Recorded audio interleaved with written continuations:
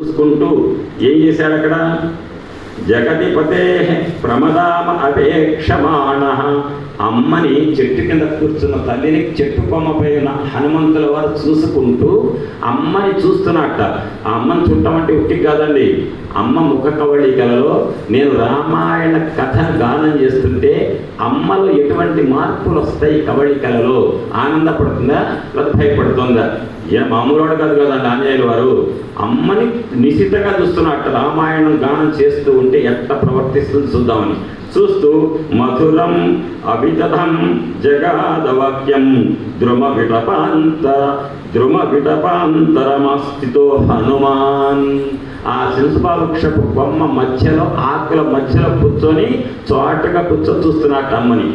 రాజా దశరథో నామ రథకుంజరవాజిమాన్ పుణ్యశీలో మహాకీర్తి ఇక్ష్వాకూణాం మహాయశాః రాజర్షీణాం గుణశ్రేష్ఠః తపసా చర్షభిః సమః చక్రవర్తి కులే జాతః పురందర సమోబలే ముఖ్యశ్చ ఇక్ష్వాకు వంశస్య లక్ష్మీవర్ధనః. ఇదండి ఆంజనేయ స్వామివారు అనే మాటలు. ఏంటంటే ఆయన ఇక్ష్వాకు వంశంలో దశరథ మహారాజు అనే పేరు కలిగిన మహానుభావుడు, గొప్ప కీర్తిశాలి. రథబలం, గజబలం, అశ్వబలం అన్ని బలాలు ఉన్నాయి, సకల సైన్యాలు ఉన్నాయి. ఆయన దగ్గర లేనిది లేదు. ఋషులలాగా తపస్సు చేసిన తపోధనుడు, చక్రవర్తి కులంలో జన్మించాడు. బల సంపదలో దేవేంద్రుడితో సమానమైన వాడు. అంతేకాదు అహింస, దాన్ని పాటించడంలో ఆయనకి మించి ఎవరు చక్రవర్తి భూమండలంలో లేడు. అహింస అంటే అంతకేం కావాలండి? అహింస పరమోధర్మ, అంతే కదా. అటువంటి తర్వాత ఉదార స్వభావం, దయ అన్నీ కూడా మూర్తీభవించిన మహారాజు దశరథ మహారాజు. ఆ దశరథ మహారాజుకు పెద్ద కుమారుడు శ్రీరామచంద్రుడు. ఏదో ఒక విషయంలో దశరథ మహారాజు ఆజ్ఞాపించారు రామచంద్రమూర్తిని అడవులోకి వెళ్ళమని. 14 సంవత్సరాల పాటు ఆయన తన భార్య సీతమ్మతో కలిసి వెళ్ళారు. వచ్చేటప్పుడు రామచంద్రుడు తమ్ముడు లక్ష్మణుడు కూడా అనుసరించాడు. అడగకుండానే వాళ్ళ అరణ్యవాసం నడుస్తూ ఉంటే మధ్యలో ఆ సీతమ్మను అపహరించారట ఎవరో. అపహరిస్తే ఆ అమ్మ వియోగంతో రామయ్య బాధపడుతూ వస్తూ మా కిష్కింధా నగరం దగ్గరలో ఉన్న ఋష్యముఖ పర్వతం మీదకి వచ్చారు. రాగానే ఆ పర్వతం దగ్గర ఉన్న మా సుగ్రీవ మహారాజు కొండ మీద నుంచి చూసి భయపడి వచ్చేవాళ్ళు ఎవరు దుర్మార్గులు యోధులు అని భయపడ్డాడు. లేదు సుగ్రీవ, నేను వెళ్తా అని చెప్పి వెళ్ళా. తిరస్తే రామలక్ష్మణులు దశరథ మహారాజు కుమారుడు, 2 కుమారులట. పెద్ద కుమారుడు రాముడు మా సుగ్రీవ మహారాజుతో మైత్రి ఏర్పడింది. స్నేహం ఏర్పడ్డాక వాళ్ళు పరస్పరం సంధి చేసుకున్నారు, ఒక ఒప్పందం చేసుకున్నారు. ఆ ఒప్పందంలో భాగంగా నేను సుగ్రీవ మహారాజుకు రాజ్యం ఇచ్చారు. రామచంద్రమూర్తి వారిని చంపి ఆ సుగ్రీవ మహారాజుకు వానర సైన్యం కోట్లలో ఉంది. 1,000,000 మంది జనాలు వానరులంతా దక్షిణ దిగ్భాగాన వెతకడానికి పొమ్మని చెప్పి అందులో నన్ను ఒకరిని ఉంచారు మెంబర్గా. అయితే అందరికీ రామచంద్రమూర్తి సీతమ్మ యొక్క ముఖ కవళికలు ఇట్లుంటాయి, ఈ విధంగా ఉంటాయని రాముడు చెప్తుంటే నా హృదయం నిక్షిప్తం చేసుకున్న ఇంత అందగత్త జగదేక సుందర సీతమ్మ అని చెప్పి నిక్షిప్తం ఏదైతే హృదయంలో చేసుకున్నానో అదే రూపంతో భాసిల్లేటువంటి ఒక తల్లి రూపం నాకు ఇప్పుడు కనపడింది. ఆయన అన్నమాట అదండి చివరికి అన్నమాట. యథా రూపం యథా వర్ణం యథా లక్ష్మీ నిశ్చితాం అస్రౌషం రాఘవస్యాహం శ్రేయమాసాదితామయ.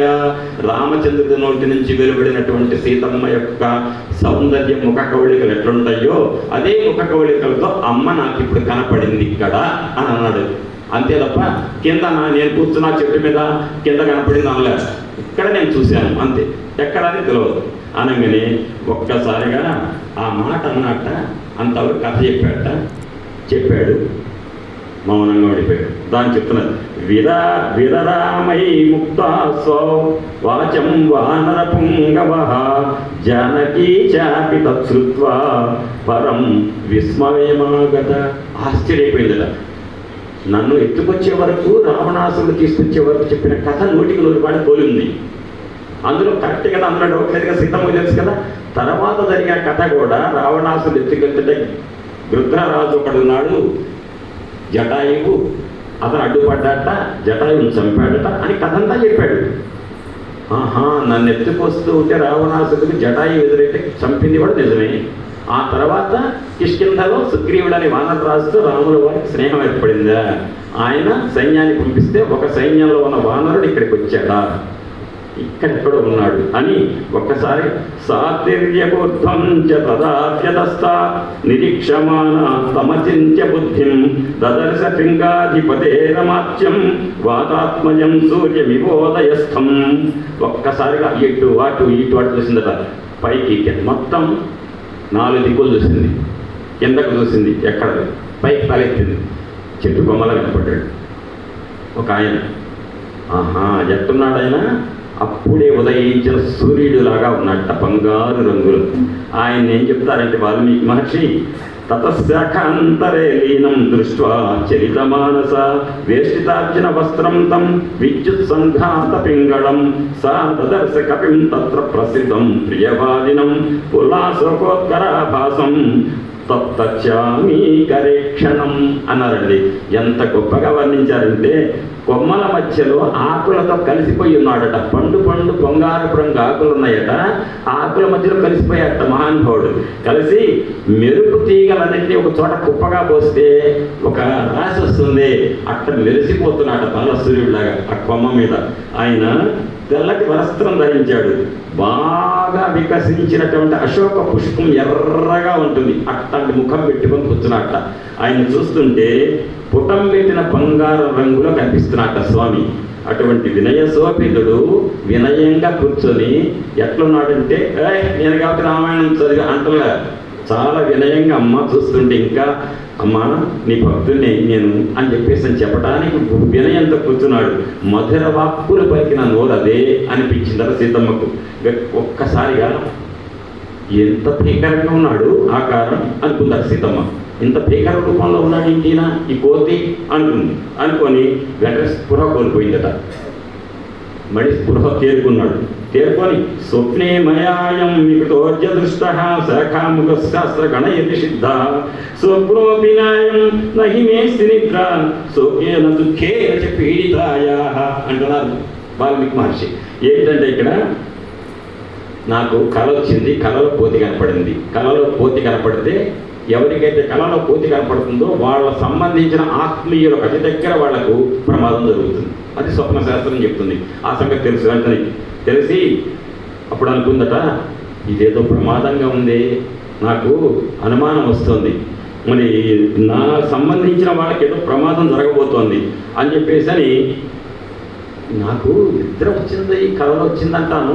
రామచంద్రమూర్తి వియోగంతో బాధపడుతున్నాను, నాకు తిండి నేను లేకుండా నిద్ర ఎందుకు వస్తుంది? అసలు నిద్ర లేకపోతే కళ ఎందుకు వస్తుంది? మేలుకుంటే కళ రాదు కదా. కళ అందరూ ఎలా అంటారు, కళ లేదు ఇళ్ళో లేదు అంటారు. కళ ఎప్పుడు వస్తుంది? నిద్ర పోదు. అసలు ఆ నిద్ర ఎప్పుడు ఉంది? కాబట్టి నాకు నిద్రది అంటే మనస్సులో రాముని తలుచుకొని ఆ రామచంద్రమూర్తి గానం ఎవరైతే చెప్పాడో ఆయన నేను చూస్తూ ఆలాపనలో ఉన్నా అనుకుందట. ఆలాపన ఏంటి, నా తెలివి తక్కువతనం కాకపోతే ఎదురుగా కోతి కనపడుతుంటే అని అనుకుందట ఎమ్మటి సీతమ్మ.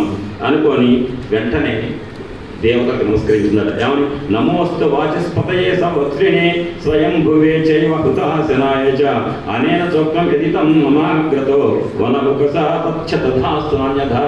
ఎందుకు నమస్కరించిందంటేనండి, బ్రహ్మగారికి ఇంద్రుడికి ఎందుకు నమస్కరించింది? ఈ కోతి ఎవరైతే ఇప్పుడు నాకు కనపడ్డాడో, ఏదైతే మాట్లాడాడో ఇదంతా నిజమే అగుగాక అని అందట. నిజమే ఎట్టుగా ఆశీర్వదించండి అందట సీతమ్మ వీళ్ళందరినీ దేవతలు. అంటే అర్థం ఏంటండి, ఇది కళ కాదు, ఎలే. కాకపోతే ఆ కోతి వానరం నుంచి వచ్చిన మాటలు ఏంటి? రామాయణం. అందులో ఆమెకి ఏం తెలిసింది? తనని ఎత్తుకుపోయిన రోజు నుంచి కాకుండా తర్వాత జరిగిన కథ అంతా చెప్పాడు హనుమంతుల వారు. అంటే నా కోసం రామచంద్రమూర్తి వెతికిస్తున్నాడు అని ఒక కథ చెప్పాడు కదా, అదంతా నిజమగుగాక అని భయంతో శ్రీమూర్తి భయపడ్డప్పుడు ఎట్టుంటుందో చెప్తున్నారు ఆనంద అని ఆ ఆంజనేయ స్వామి వారు ఒక్కసారి దాన్ని నేను మీకు చెప్పాను. ఇదిగోండి, ఆయన ఎట్లా చెట్టు మీద నుంచి ఒక్కసారి పిల్లలు దూకాడు అనుకోండి, పెద్ద చెప్పుడు వస్తుంది, ఈ నిద్రపోతున్న వాళ్ళు లేస్తారు. అంత చెట్టెట్లు దిగానో ఎట్లు వచ్చానో తెలియక ఆ గాలిలో నుండి పుట్టుకొచ్చినట్లు సీత ముందట అంజనాసురుని నిలిచి యుండుట చూచి ఆమె చూచి అంటే ఎదురుగా నిలబడ్డాడు. కొంచెం దూరంగా నిలబడి అప్పుడు ఏమంటాడు? వినీత వేష కృపణ ప్రణిపత్య ఉపసృజ్య అంటే వినీత బాగా వినయంగా ఉన్నాడు. కృపణ అంటే దీనంగా ఉన్నాడు. ప్రణిపత్ అంటే అర్థం ఏంటంటే నమస్కరిస్తున్నటువంటి స్వభావంతో ఉన్నాడు. అంటే వినయంతో నమస్కరిస్తూ నిలబడినటువంటి ఆంజనేయ స్వామి వారిని చూసింది సీతాదేవి.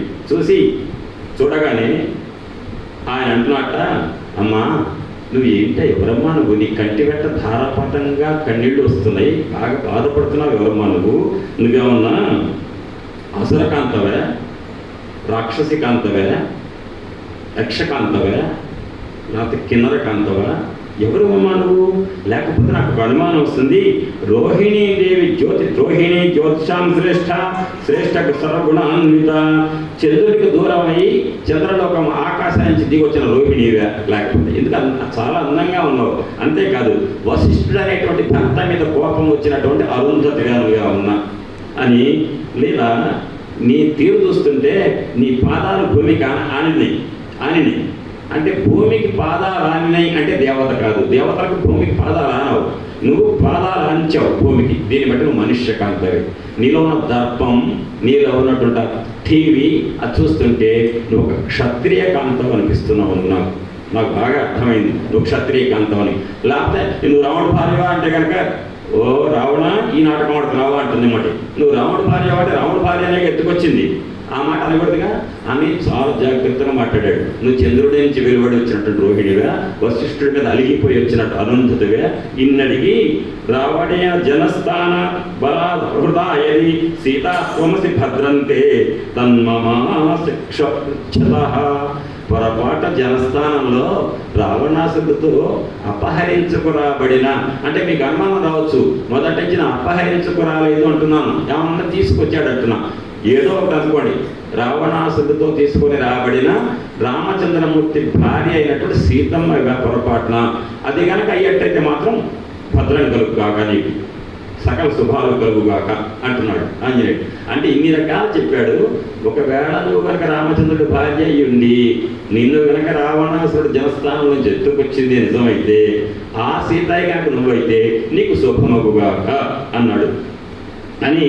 నీ ఈ లోకోత్తర రూపము, నీ దైన్య స్థితి ఇవన్నీ చూస్తే కనుక నువ్వు తప్పకుండా నువ్వు సీతవే అనిపిస్తుందమ్మా నాకు అని అంటే, ఆ సమయంలో అసలు మొట్టమొదటి ఆయన మొట్టమొదటి భయపడంగానే విశ్వనాథవారు, నీవు నిజంబుగా కపివేనా, నాకు కళ వచ్చినట్టు అనిపిస్తుందయ్యా, నీవు నిజంబుగా కపివేనా, వంచన కొలది వచ్చినావా, వంచన చేయడానికి ఉంచావా, కపివై నీవు భయంకరమూర్తివి, నువ్వు కోతిలాగా ఉంటే భయంకరంగా కనిపిస్తున్నావు, నీ వాక్కున మెత్తదనము నెగడునుగా నీ వాక్కు చూస్తేనే మధురంగా రామాయణం నువ్వు ఆలోపించిన తీరు చూస్తే ఎంత తీయగా ఉందంటే కర్ణపేయంగా ఉంది నీ మాట, నీ రూపం భయంకరంగా ఉంది, నీ మాట మెత్తగా తీయగా ఉంది. ఏంటి అర్థం కాక ఇప్పుడు అన్నట్టండి హనుమంతుడు, ఏ అమ్మా కొంచెమన్నా ఉందా, నీ కోసం 800 మైళ్ళ సముద్రం దాటొచ్చా అంటే నువ్వు